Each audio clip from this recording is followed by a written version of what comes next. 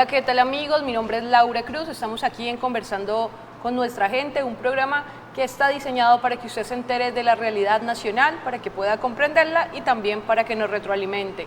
Hoy me encuentro con el representante de la Cámara, José Alberto Tejada, y vamos a estar tocando temas muy importantes. Noviembre sin duda es un mes donde se conmemora y se celebran también muchos hechos que han pasado en el país. Primero, los 7 años del Acuerdo de Paz en La Habana, que se celebra el día de hoy, 24 de noviembre, y además 4 años del estallido social, o de lo que para algunos fue el preámbulo del estallido social, las marchas del 21N, del 21 de noviembre. Vamos a estar hablando sobre este tema con el representante, pero también de los que muchos han considerado que sería un viraje del gobierno, un cambio en el gobierno, por las reuniones que tuvo esta semana con diferentes empresarios, con el Centro Democrático, y además por la decisión del presidente Gustavo Petro, que dijo por medio de su cuenta en X el despido de Danilo Rueda, quien era el alto comisionado para la paz, y ahora nombra a Oti Patiño como alto comisionado para la paz. Estaremos hablando de estos temas y le doy la bienvenida al representante José Alberto Tejada. Muchas gracias, Laura. Aquí estoy para conversar con nuestra gente. Bueno, representante, muchas gracias por estar aquí con nosotros. Quisiera preguntarle, hoy se conmemoran 7 años del Acuerdo de Paz, mucha gente no se acuerda de esto por más cambios que haya tenido para el país. ¿Usted cómo evalúa estos 7 años? ¿El Acuerdo de Paz se ha cumplido?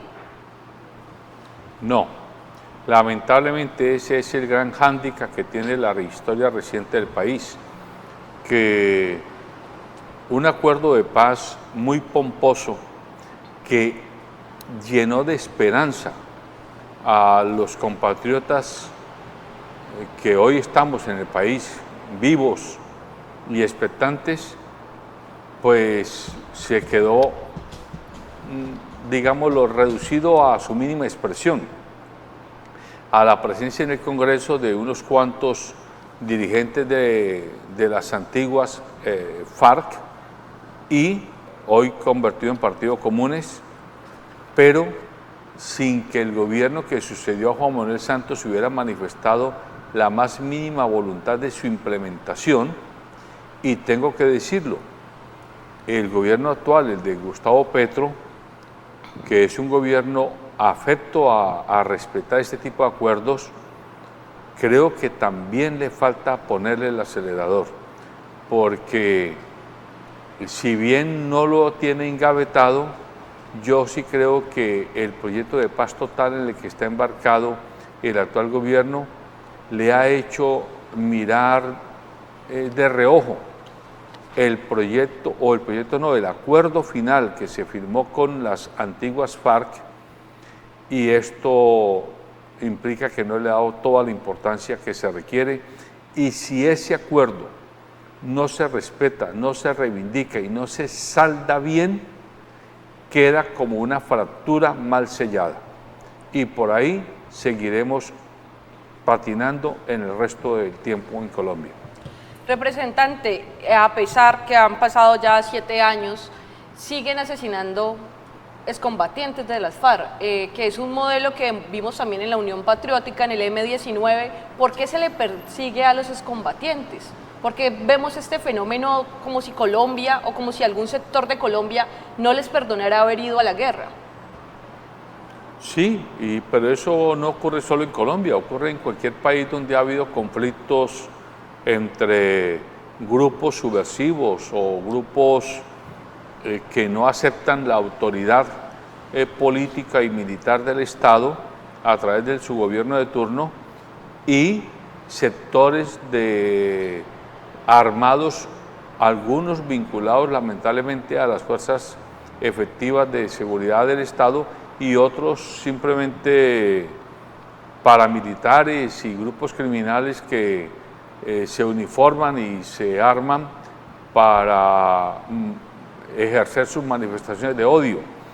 Pero mire, aquí lo importante es que demos un salto. A mí me mortifica mucho que cada que hablamos de acuerdo de paz, todo se reduce a si hay combates o no hay combates, a si hay muertos o no hay muertos, a si los tenemos calificados como disidentes o no disidentes, ilegales o no ilegales. No habrá paz total y no habrá acuerdo final si no se hace desde el Estado mismo, desde el alto gobierno, una enorme campaña pedagógica, no de una semana ni de un mes, yo diría que de años, para que nuestros niños, nuestros adolescentes y nuestra juventud, que es lo que a mí particularmente más me interesa, entiendan que Colombia dio un golpe de torque hace 7 años y que no podemos, los niños que hoy tienen 8 años o 7 mejor, que estaban naciendo cuando se firmó el acuerdo de paz, vamos a esperar que tengan 17, 27 y 37 para que sigan hablando de lo que pudo haber sido y no fue. No, y aquí hay que meter a los maestros de Colombia, documentense, háblenle del acuerdo de paz a sus educandos, hay que meter a los padres de familia, esto no es solamente un problema de gobierno, hay que meter a los empresarios, hay que meter a los periodistas. Aquí cada que uno escucha información, uno lo que escucha es, y es que mire, es que mataron, y es que secuestraron, y es que volaron, pero nadie nos dice, hay estos acuerdos que en tal territorio han mostrado tales progresos. Por ejemplo, en tal zona del país, con las antiguas FARC, hoy partidos comunes, se han logrado montar 3 proyectos educativos, 2 o 5 proyectos productivos campesinos, 3 o 4 proyectos turísticos, 4 proyectos de infraestructura. ¿Quién nos ha mostrado eso? ¿Es que no hay nada? Hay, pero es más fácil para el periodista o para el medio corporativo y también para todos nosotros seguir hablando de fusiles y de uniformes como si a eso se redujera la paz. Bueno, hablando de paz, para mí la principal apuesta del presidente Petro es la ley de paz total. Hacer un acuerdo con casi 7 grupos, se le ha criticado que quiera abarcar tanto, y ahora, después de que ha habido algunos avances, después de que el ELN secuestrara al padre del jugador, Luis Díaz, y que lo liberaran, que le hicieran un control político al comisionado Danilo Rueda, el presidente dice, Danilo Rueda no va más, va Oti Patiño. Oti Patiño estuvo en el M-19, es un hombre con mucha experiencia, pero muchos no entienden por qué ese cambio en el gobierno. Digamos que se frenaría un poco lo que ha logrado Danilo Rueda, o usted cómo lo ve, representante. Mire, yo participé de la Comisión de Derechos Humanos en la que citamos a control político a Danilo Rueda. Eso fue hace unos 20 días. Y en esa reunión mi posición fue y sigue siendo. Primero, a Danilo le tocó lo más difícil.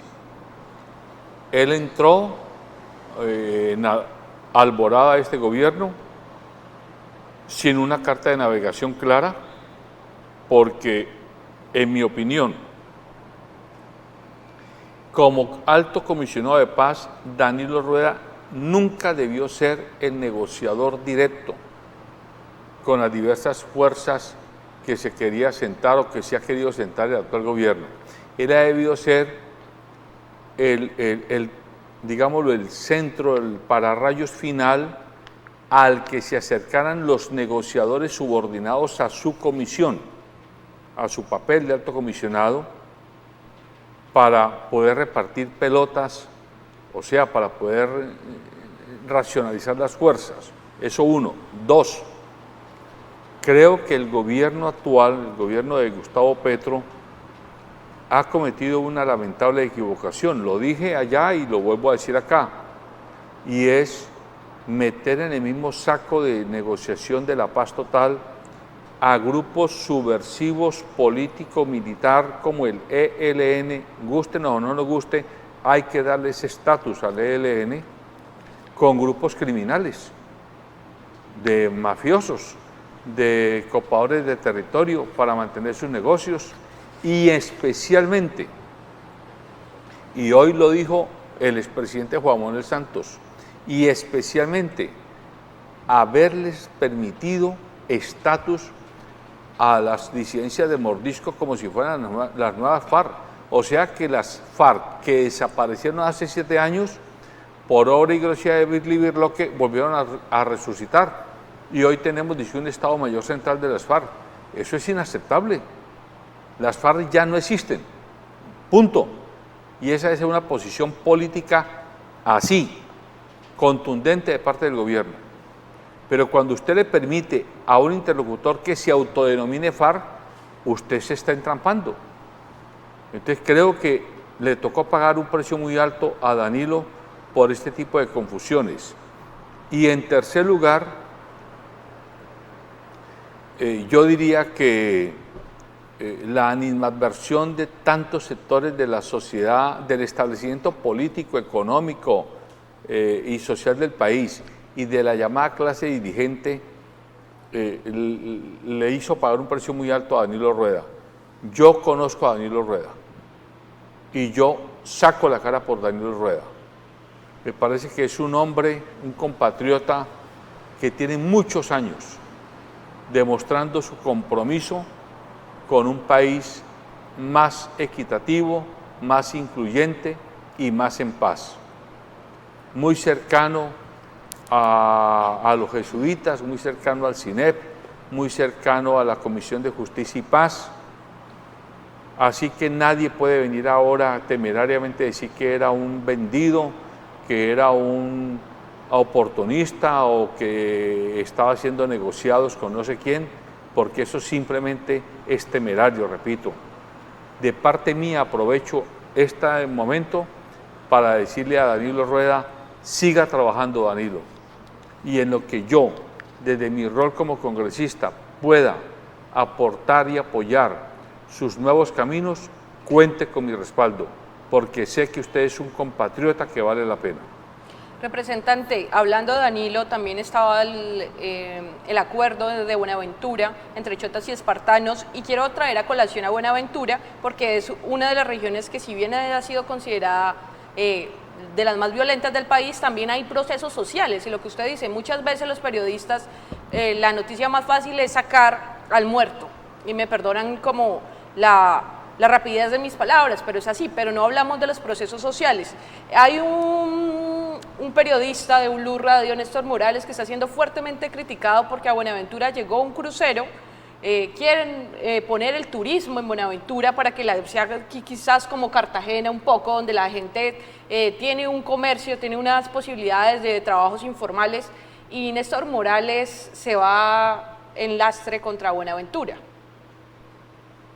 Mire, los hechos son los hechos. La interpretación de los hechos son de nuestra autoría.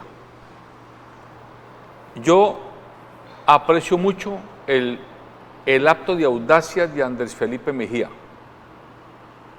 Ese hombre logró lo que nadie había logrado en el último tiempo con Buenaventura.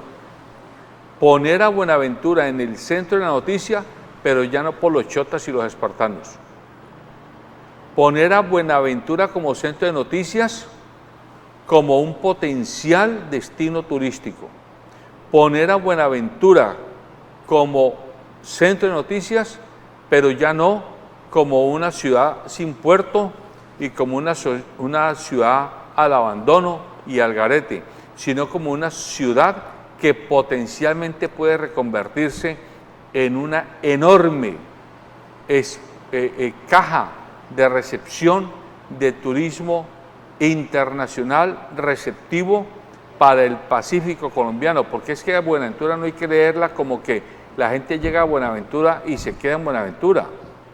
Es que este señor lo que hizo fue un acto de audacia, repito, porque cuando trae 400 alemanes así sea para que hagan un pasadía, que se llama, y llevarlos a San Cipriano algunos, y ponerlos a comer pescado en hoja de plátano, y con patacón, y tomar algún refresco natural de la región, es dejarles el gusanito de que mañana pueden volver, pero ya con unas rutas especiales que los lleven vía mar adentro, a La Bocana, a Ladrilleros, a Cascajal, a Malpelo, y etcétera, pero que también los saque del mar y los traiga continente adentro, a San Cipriano, al kilómetro 30, al Queremal.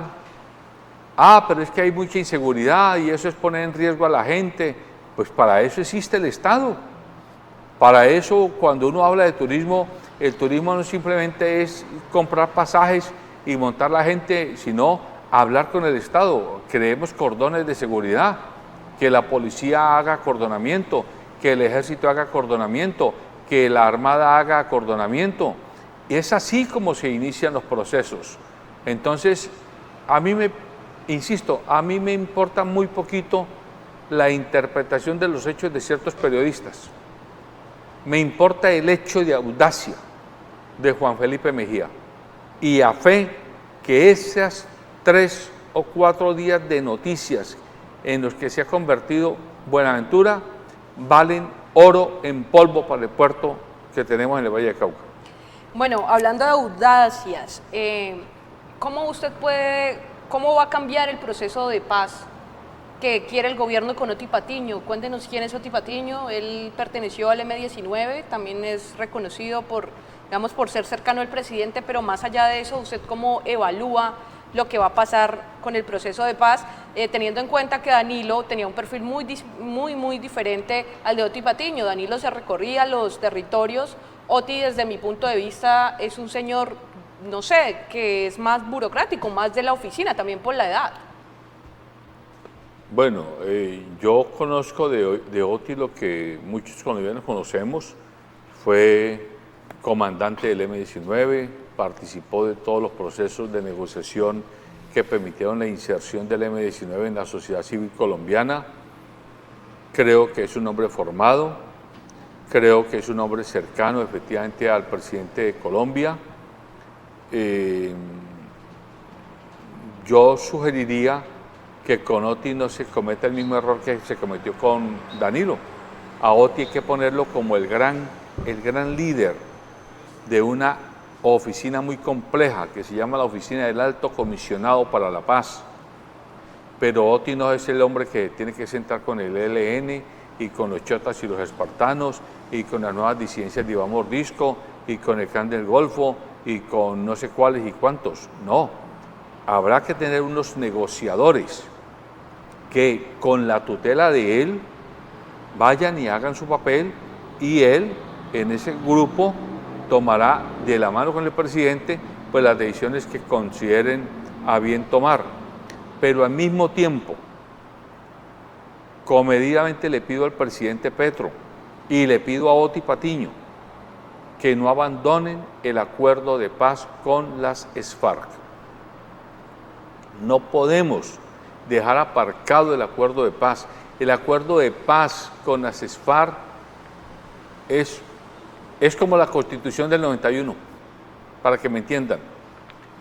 La Constitución del 91, dicho por muchos juristas internacionales, es de las más completas y complejas y libertarias y progresistas del mundo contemporáneo. Hay quienes dicen, hay juristas que se han atrevido a decir que la Constitución Política del 91 de Colombia fue la más progresista del mundo occidental en la década de los 90.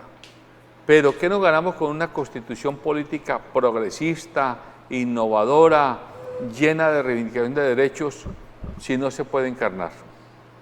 Cuando Petro dijo en estos días que la Constitución política era algo así como un sueño, no recuerdo exactamente sus palabras, lo que quiso decir metafóricamente es eso, que sí es muy declarativa de derechos, pero muy difícil que se haya convertido en encarnadora de derechos, porque lo que debe entender la gente es que un derecho no existe si se lo declara, un derecho existe si se lo puede gozar. Nada sustituye el gozo de un derecho. Usted puede declararlo, puede hacerle fiestas, puede hacerle bombos, que si el derecho no es encarnable no existe. Bueno, el acuerdo de paz es quizás el mejor acuerdo político que después que haya logrado un Estado con un grupo político militar histórico que después de 60 años se hayan firmado. Comparado con lo que se firmó en Irlanda del Norte, con lo que se firmó en el Congo, con lo que se firmó en Sudáfrica, con lo que se firmó en Esquípulas, en Centroamérica, no hay comparación. El acuerdo de paz que se firmó con las FARC fue un acuerdo de Estado, que pensó no solamente en la reinserción de sus excombatientes, sino en cómo recuperar territorios, territorios que estaban controlados por esas FARC y que en el acuerdo quedaron territorios PEDEF, por ejemplo, para que allí, con recursos de la cooperación internacional, con recursos del Estado colombiano, con recursos de la sociedad civil colombiana, el Estado entrara.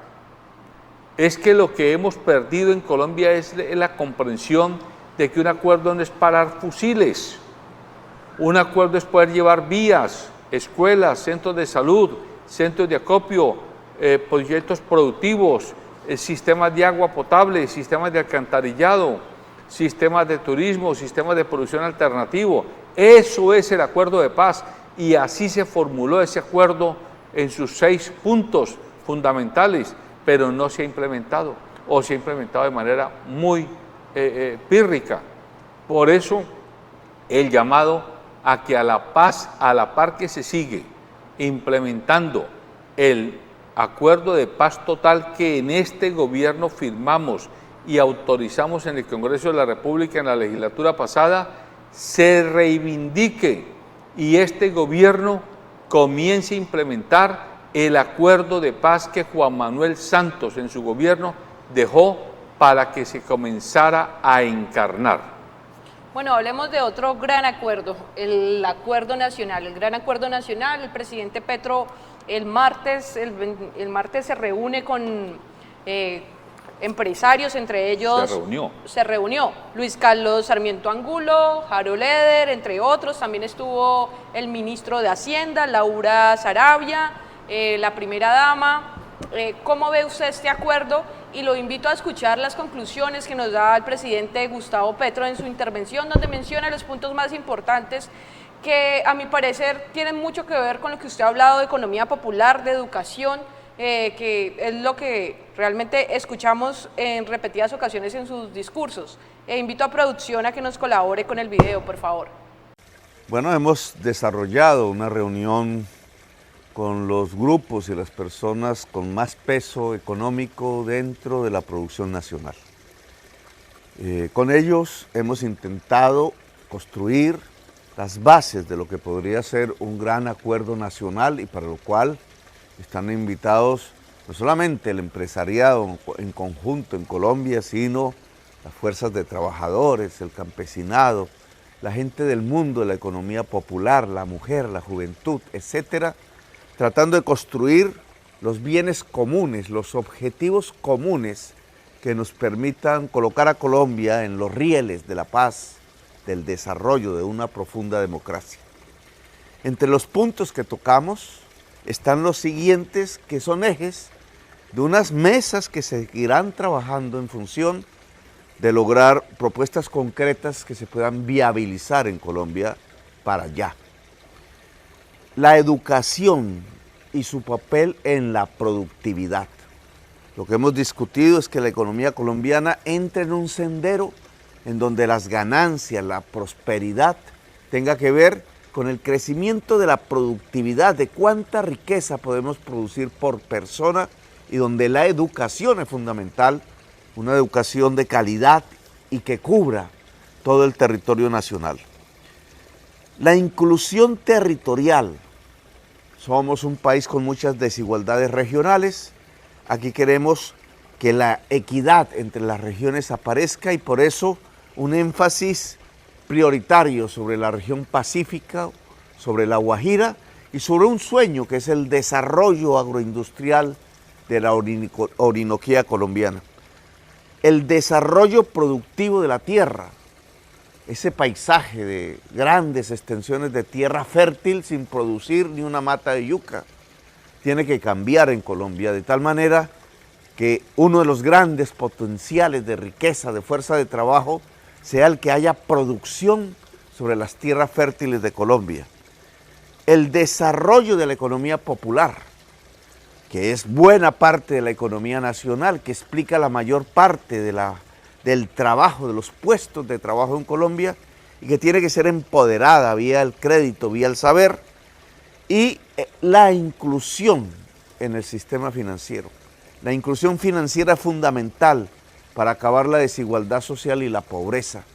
Si una persona sin mayores capacidades económicas hoy puede tener acceso a un crédito barato, a una posibilidad financiera, indudablemente y ojalá de manera asociativa, podrá salir de la pobreza y podrá ser más rico a su país. Estos son los puntos que se empezarán a desarrollar en mesas de trabajo y al cual invitamos que muchos colombianos y colombianas puedan acceder a través de sus propuestas. Gracias y muy amables. Listo. El presidente nos habla de la educación y su papel en la productividad.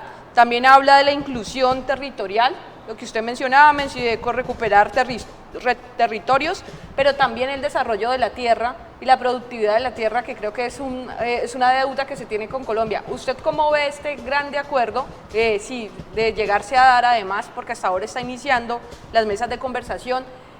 ¿Usted cómo ve este acercamiento entre el presidente y los empresarios con mayor poder económico del país? Pues mire, yo me pronuncié inmediatamente después de la noche que hicieron la reunión. Antier, creo yo, saqué a primera hora un trino en el que valoro muchísimo el significado político y económico y de estabilidad para el país de ese tipo de reuniones, y valoro muchísimo la decisión del presidente Petro como estadista con esa jugada maestra, y lo invito con todo respeto y con todo afecto a que no desfallezca en mantenerse en esa línea. Debo advertir que yo hablo desde mis convicciones y yo soy un hombre de pensamiento socialdemócrata, es decir, yo creo en economía social de mercado, yo creo en el capitalismo democrático.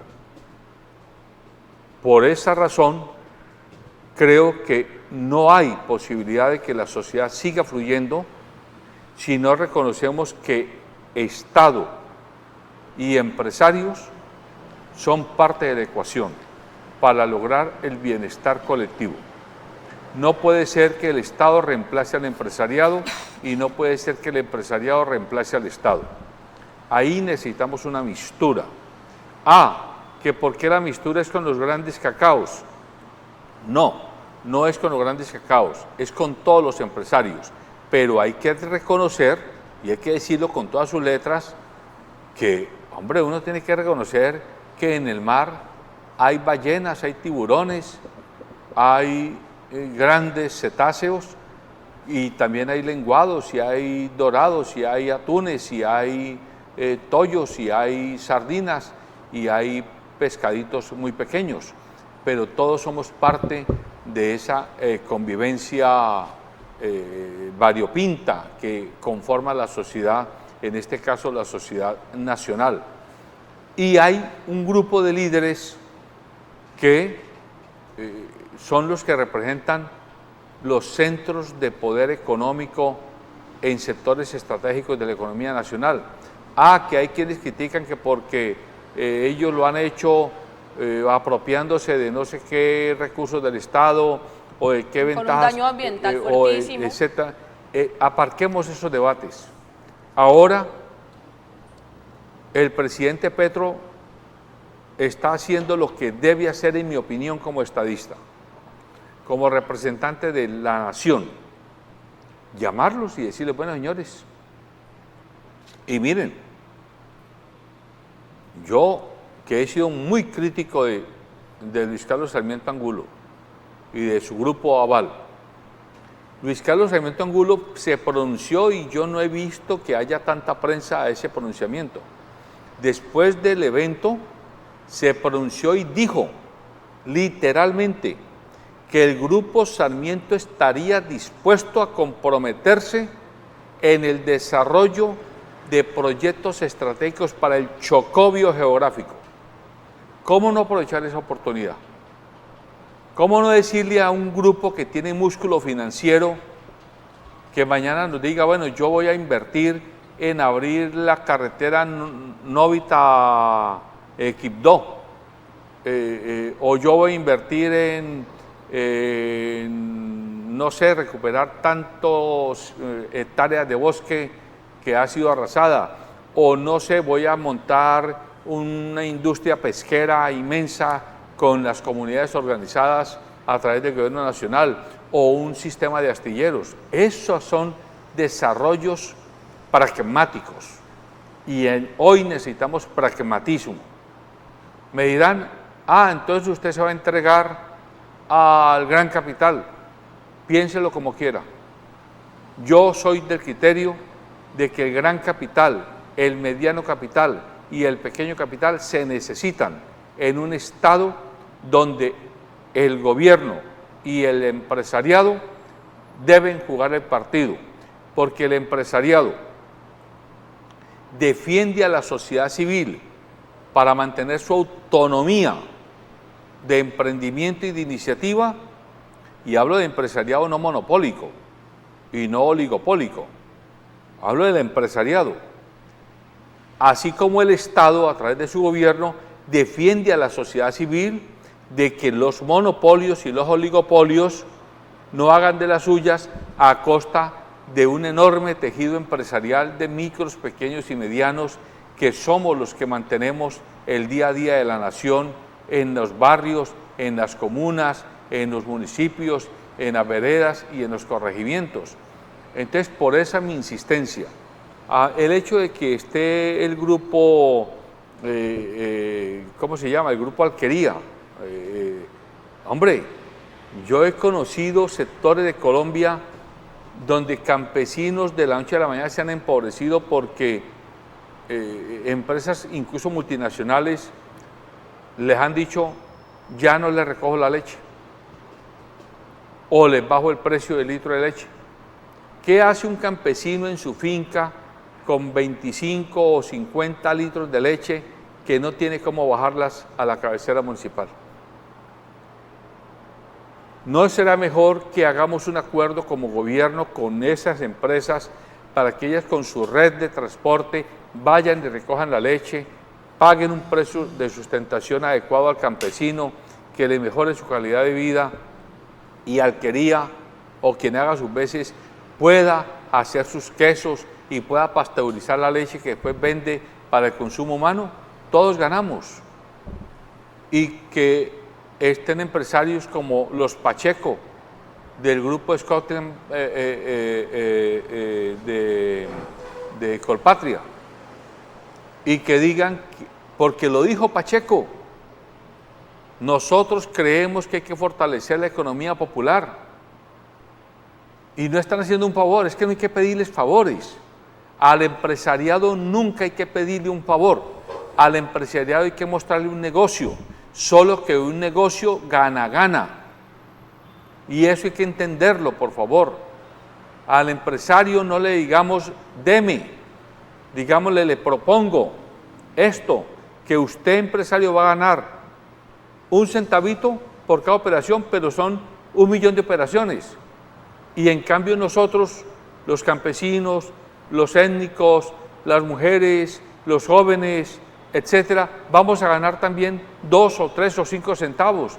Entonces todos ganamos. De eso se trata. Por eso para mí fue una jugada maestra la que hizo Petro invitando a este tipo de representantes del gran capital económico, empresarial del país, porque detrás de ellos se vienen los gremios, detrás de ellos se vienen ya no los gremios grandes, sino los gremios pequeños o medianos, y detrás de ellos se vienen los empresarios, y todos vamos a apostar, y es una forma de llevar el Estado a los territorios, para que no siga siendo sinónimo de Estado la policía y el ejército únicamente. Bueno, otra reunión que tuvo el presidente, y por eso muchos han dicho que el presidente cambió de rumbo, que quiere poner a Colombia y quiere unir al país otra vez y sacar sus reformas adelante, fue la que tuvo con el expresidente Álvaro Uribe Vélez y con el Centro Democrático. Invito a producción, por favor, a poner las conclusiones de esa reunión que da el expresidente Álvaro Uribe Vélez. Es una rueda de prensa donde se pronuncia después de la reunión. Él más o menos manifiesta que no hubo acuerdo, pero que está dispuesto a seguir en el debate. En esta rueda de prensa también lo acompaña Paloma Valencia. Decimos que se requieren, pero que no se necesitan ley. Y al final presentamos una serie de preocupaciones. Yo creo que mirar cuidadosamente esta presentación ayuda mucho. ¿Qué inserta eso, Johnny? Para mí, uno tiene que debatir en todos los escenarios y no puede cambiar de discurso. Tiene que tener el mismo discurso ante el presidente de la República, que tiene una manera antagónica de pensar frente a nosotros, y el mismo discurso ante los compañeros que pensamos de la misma manera. Por eso lo de anoche no fue un diálogo o dos discursos, lo de anoche fue un debate dinámico, importante y franco. Ojalá haya dejado reflexiones. Si tú me preguntas, todo debate, cuando se le presta atención y se prepara bien, debería dejar reflexiones. Por ejemplo, van a quebrar el sistema de salud. Entonces nosotros dijimos, resuelvan ese problema. Pregúntenle ya a una entidad seria, independiente, cuál debe ser el ajuste de la UPC, etcétera, etcétera. Eso le dijo anoche el ministro Andrés. ¿Qué van a hacer? Pues yo le dije, bueno, un saludo nuevamente para todos, muchas gracias. Y respondiendo también lo que decía el presidente, nos invitaron a conversar, nos invitaron a exponer las razones, y eso fue lo que nosotros hicimos de cara al país, y nos parecía por eso tan importante mostrarle al país cuál fue la presentación. Por eso se les trajo a ustedes la misma presentación que le llevamos al presidente de la República anoche. Y básicamente, Daniel, ¿qué es lo que sucede? Nosotros consideramos, hemos expuesto por qué que esta reforma es inconveniente. Hemos dado los argumentos en el Congreso, hemos dado los argumentos en medios, en foros, en redes, y vamos a seguir dándolos. Pero eso no significa que vayamos a ser los tontos útiles del gobierno nacional. ¿Y eso en qué se traduce? Que si el gobierno no es capaz de garantizar que su coalición le haga el quórum, nosotros desde el Centro Democrático no lo vamos a hacer. Algo que me pareció importante anoche fue que tuvimos oportunidad de discutir con los ponentes del gobierno y de discutir temas importantes. A mí toda discusión me parece importante. Si hubiera sido por mí, a pesar de que tengo 71 años, 142, 71 de día y 71 de noche, allá estaría discutiendo. A mí me parece muy importante sobre este tema esencial del país, la discusión permanente. Bueno, representante, escuchando al expresidente Álvaro Uribe y escuchando también las declaraciones de Gustavo Petro, ¿cómo usted evalúa esta reunión? ¿Será posible llegar a un acuerdo con la reforma a la salud que tantos obstáculos ha tenido? Mire, yo quiero ser optimista, yo pienso que sí. Además, pues, yo hago parte de la bancada de gobierno en el Congreso. Debo decir que estaré votando a favor de la reforma a la salud, pero eso no impide que respetuosamente y con argumentos yo manifieste mis opiniones sobre aquellos asuntos que en la reforma, a mi juicio, no son puntos de honor o no debieran ser líneas rojas que impidan una concertación. Pongo el primero. En mi opinión hay 5 o 6 sensores que se han convertido como en lo más sensible de todo lo que está discutiendo. El giro directo. Ya las EPS, tanto el régimen contributivo como el régimen subsidiado, aceptaron todas y sus gremios que haya giro directo. Entonces, ¿para qué seguimos discutiendo eso? Y para eso, si vamos a ser pragmáticos, no se requeriría ningún tipo de reforma. Esto con una decisión ejecutiva, vía decreto, bastaba. Porque por ninguna parte, óigame bien, por ninguna parte nadie puede decir que la ley 100 les entregó el manejo de la plata a las EPS. Eso fue producto de reglamentaciones posteriores. Y yo vengo insistiendo con mi cantaleta hace mucho rato. Las reglamentaciones nunca se hacen a la luz del día.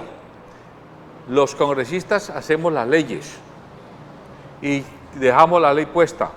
Pero después la ley tiene una reglamentación. Generalmente la reglamentación la hacen técnicos, tanto del gobierno como de los sectores o actores que tienen que ver con los temas de la ley. Y es allí, en esa reglamentación, que generalmente se hace a puerta cerrada, con superintendencias, con ministerios, con entidades descentralizadas, donde se meten los micos. El tema de que las EPS manejaran la plata fue un gran mico, un orangután que se metió por vía de reglamentación. Y yo pregunto a los políticos que han estado 25 años en el Congreso, ¿y por qué no lo vieron? ¿Y por qué no lo denunciaron? ¿Y por qué no hicieron la presión para que no se siguiera manejando la plata a través de las EPS? ¿Por qué hoy apenas se está haciendo esa insistencia? Pero insisto, ya las EPS dijeron, listo, nosotros no tocamos la plata, que el Estado la gire directamente, así que ese punto está saldado. Segundo, el sistema de auditoría, seguimiento y control. Hombre, es que es inaudito. ¿Cómo le gira el Estado colombiano en los diversos gobiernos el 95 o el 98% de la UPC, o sea, de la plata que paga por cada paciente afiliado a las EPS anticipadamente? Los que sabemos un poco de contratos y de negocios, ¿a quién se le ocurre que yo haga un contrato para que me abran el techo del edificio donde estamos ubicados y entonces el tipo me diga, vale 100, y yo diga, bueno, entonces esto me le doy 98, y cuando me termine le doy el 2%, pues el tipo hace ochas y panochas con el 98, yo le tengo que dar el 60, para que compren materiales, para que pague mano de obra, pero el 40% se lo voy dando a cuentagotas, a medida que haya un sistema de seguimiento, control riguroso, donde el Estado tiene que hacer presencia. Eso no ha existido y eso no requiere reforma, tampoco. Tercero, el acceso a medicamentos, el acceso a citas oportunas. Claro que en muchos casos las EPS se han hecho las de la vista gorda y no entregan citas a tiempo, y los medicamentos no los entregan a tiempo o entregan medicamentos genéricos cuando por razones del tipo de enfermedad se requiere un medicamento de mayor calidad en su composición química. Pero los medicamentos no los compra únicamente la EPS, o inicialmente no eran para que los compraran las EPS, también era el Estado el que debía tener ese tipo de facultad.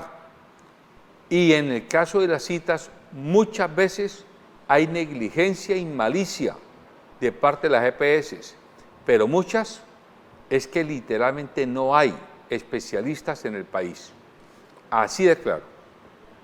Hay mucho paciente oncológico que no es atendido, no porque la EPS no quiera, sino porque no hay oncólogos. Hay muchos casos donde no se opera a alguien porque no hay anestesiólogos. Hay muchos casos donde no se atiende a un niño o una persona con una lesión de tipo ortopédica grave, porque no hay ¿cómo llaman? Ortopedistas, no hay personas que manejen el sistema del esqueleto humano, de los huesos, no hay cardiología infantil suficiente, no hay psiquiatras suficientes. Entonces juega un actor que nadie toca. ¿Y dónde están las universidades? ¿Y por qué las universidades no han abierto especialidades? Porque hay mafias dentro de las universidades. Y eso hay que decirlo con todas sus letras. Hay mafias dentro de las universidades. Conozco casos de universidades que hoy tienen a 3 estudiantes en una especialidad. 3. ¿Por qué 3? Porque si usted va a hacer una maestría o una especialidad en políticas públicas o en economía o en ingeniería, usted encuentra 10, 12, 15 estudiantes. ¿Y por qué medicina las especialidades son de 2, de 3, de máximo 5 o hasta 7? Porque se han formado unas especies de logias que no quieren que haya mucho especialista, porque se deprime el valor de la hora o del tratamiento o del evento que cobra el especialista. Todo eso hay que decírselo a la gente de verdad para Dios. Porque si queremos hablar para la galería, hablemos para la galería. Si queremos hablar con la verdad, hablemos con la verdad. Temas como la presencia de las EPS en los territorios. Eso no se resuelve con que el Estado decida crear 2.500 CAPs. ¿De dónde va a salir la plata? Eso vale un infierno de dinero, eso vale 30 o 40 billones de pesos colombianos de hoy. El Estado no los tiene, son 2 reformas tributarias, pero las EPS sí los pueden tener. E inversionistas privados unidos a las EPS sí los pueden tener. ¿Y por qué no hacemos un acuerdo gana-gana? Haga EPS, haga CAPs allá, en Bocas de Jatinga, hágalo allá en Sandoná, hágalo allá en el Barne, hágalo allá en Mocoa, bueno, en los sitios más recónditos, en La Guajira, pero manéjelo. Yo se lo entrego, yo se lo entrego en concesión por X número de años, como se entrega en concesión una vía. Que eso es tratar a un paciente como si fuera un camión. No, hombre, por Dios, seamos sensatos. Estamos dando ejemplos figurativos, no literales. Y allí nos ahorramos plata del erario público y aumentamos cobertura, siendo exigentes en los mecanismos de control, seguimiento y pagos. Bueno, para terminar quiero preguntarle por los 19.2 billones de pesos que le faltan al gobierno por ejecutar, que la representante Saray Roballo ha manifestado que le preocupa este tema del gobierno, lo ha llamado incluso que están violando derechos humanos por no ejecutarlos. Usted que está en la Comisión Tercera, ¿qué nos puede contar de por qué no se han ejecutado estos recursos, representante? Mire, si miramos solo este siglo, los 22 años que han transcurrido de este siglo, estamos en la media de la ejecución de todos los gobiernos de Álvaro Uribe, los de Juan Manuel Santos y los de Iván Duque, y el de Iván Duque. Han estado alrededor del 50% gastos de funcionamiento combinados con servicio a la deuda, que es el pago de la deuda externa, y con recursos de inversión. Así que me parece un poco exagerado mostrar hoy que este gobierno no está ejecutando como si los demás sí lo hubieran hecho en su primer año o año y medio en proporciones mucho más aventajadas. En segundo lugar, el año pasado este gobierno dejó de ejecutar 29 billones y ahora estamos hablando de 19, 10 menos. O sea que hemos aprendido, estamos invirtiendo. Tampoco hay que exagerar diciendo que no estamos ejecutando. Tercero, sí me preocupa, y sé que le preocupa al presidente Petro, el que parte de la llamada ejecución, no digamos se disfrace, sino que se aparque en fiduciarias. O sea, yo como ministro puedo decir, voy a aparcar estos 50.000 millones o estos 100.000 millones de mi presupuesto en un encargo fiduciario, o sea, dejo la plata comprometida, pero todavía no está ejecutada, todavía no ha llegado a convertirse en jardín infantil, en colegio, en universidad, en centro de producción, en vía terciaria, en acueducto, en alcantarillado. La dejo en un sistema financiero. Ahí, para el presidente es preocupante que la plata quede guardada, porque es lo mismo dejarla en la cuenta corriente del ministerio que pasarla a una cuenta fiduciaria. La plata hay que llevarla al territorio y además lo está diciendo Petro con un criterio de economista. Los economistas nos enseñan que hay que hacer toma de decisiones macroeconómicas contracíclicas. ¿Qué significa toma de decisiones económicas contracíclicas? Que cuando hay decrecimiento de la economía por alguna razón, hay que buscar cómo mover la economía. O cuando hay recalentamiento de la economía por alguna razón, hay que buscar cómo enfriarla. En este caso, a través del Banco de la República, el Estado colombiano y el gobierno ha intentado frenar el crecimiento desbordado de la economía con las tasas de interés que ha mantenido altas. El gobierno dijo, le pido al Banco de la República que baje las tasas para estimular el crédito otra vez. El Banco de la República ha dicho no. ¿Qué le queda al gobierno? Estimular el gasto público. ¿Qué es gasto público? Que el ministro saque la plata y la ponga, pero en territorio, en obra, no en un encargo fiduciario. Eso es una medida anticíclica. A eso nos referimos. Así que ideal sería que pudiéramos ejecutarlo todo, pero no estamos en el peor de los mundos. Tampoco hay que creer pues que estamos alterando la normatividad macroeconómica y además hay que tener mucho cuidado porque ese acelere de algunos congresistas de que hay que ir ya a contratar, ¿y con quién contratamos? ¿Con los mismos que se han robado dineros o que han hecho obras mal hechas o que han hecho obras en tiempos que no son los calculados? Pues para eso es mejor que la plata se quede guardada, sin que sea lo ideal.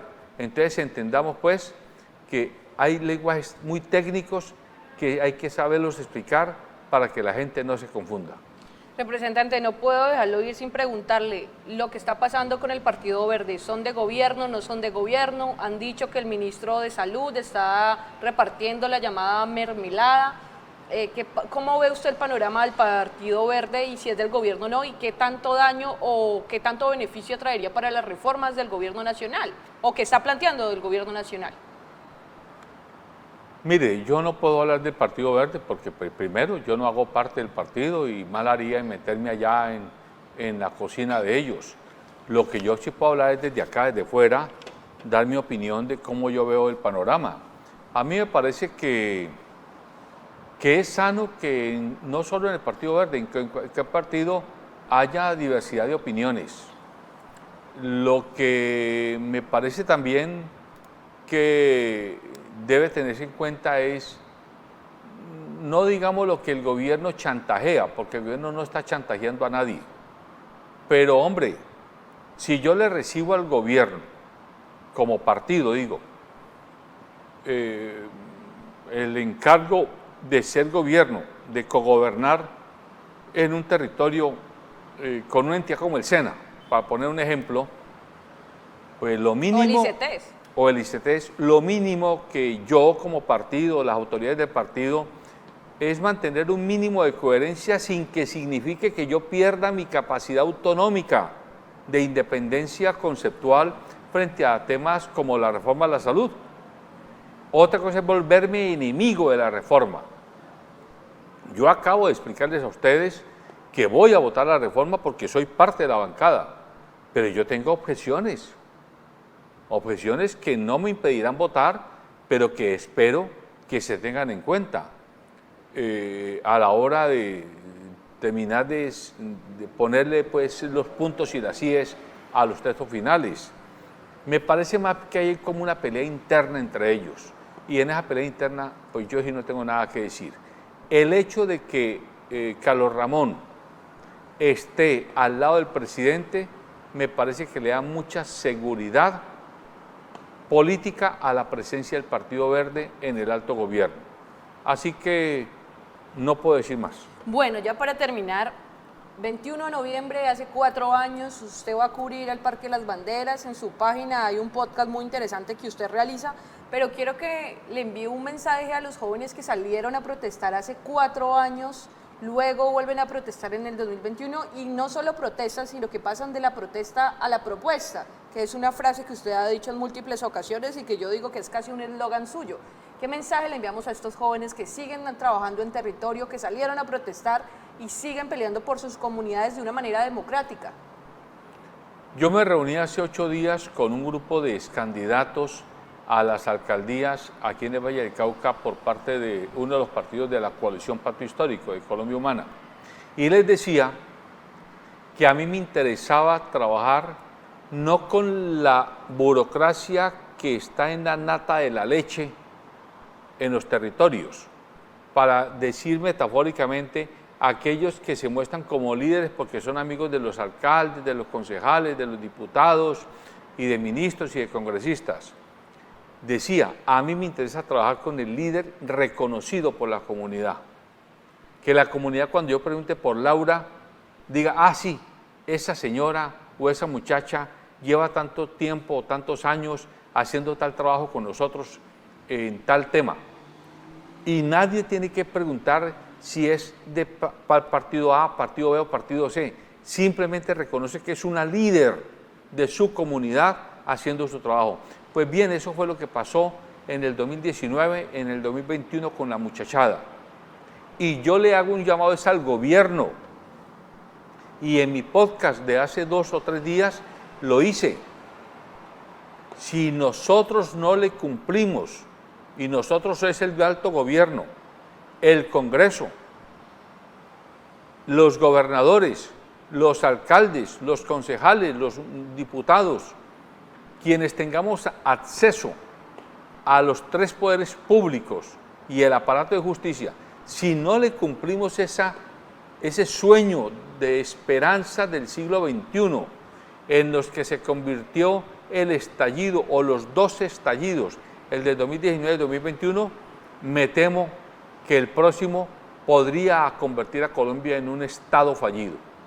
Y esto no estoy diciéndolo porque quiera usar lenguaje apocalíptico, es porque si yo fuera muchacho hoy, como lo fui en los años 70, yo no estaría dispuesto a mamarme un país y un estado que me siga faltando a mi expectativa, porque yo voy a vivir los próximos 50 o 60 o hasta 80 años, que son los que le restan de este siglo a Colombia.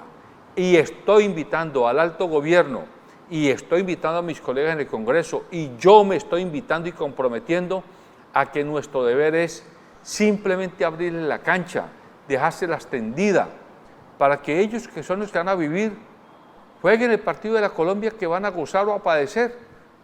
Yo soy un hombre mayor, y los mayores, si nos va bien, tenemos 20 años de horizonte, póngale entre 10 y 20, pero los muchachos de los que están hoy en 15 años, 20 años, 25 años, 30 años, tienen 50, 70 y 80 años por delante.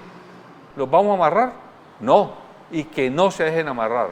Y además, esa muchachada, hoy, yo por lo menos mantengo cercanía con ciertos grupos de ellos, veo mucho muchacho y mucha muchacha comprometido que sigue soñando a pesar de que su situación personal, familiar y socioeconómica no haya cambiado todavía todo lo que ellos esperan. Muchas gracias al representante José Alberto Tejada, que siempre nos viene a dar un poco de luz, a mostrarnos un poco cómo va el gobierno nacional desde su punto de vista, por supuesto. Muchas gracias a nuestro público que ahora se conectará todos los viernes a las 6 de la tarde en vivo. Estamos todos los viernes con ustedes. Muchas gracias al equipo de producción. Mi nombre es Laura Cruz y hasta dentro de 8 días.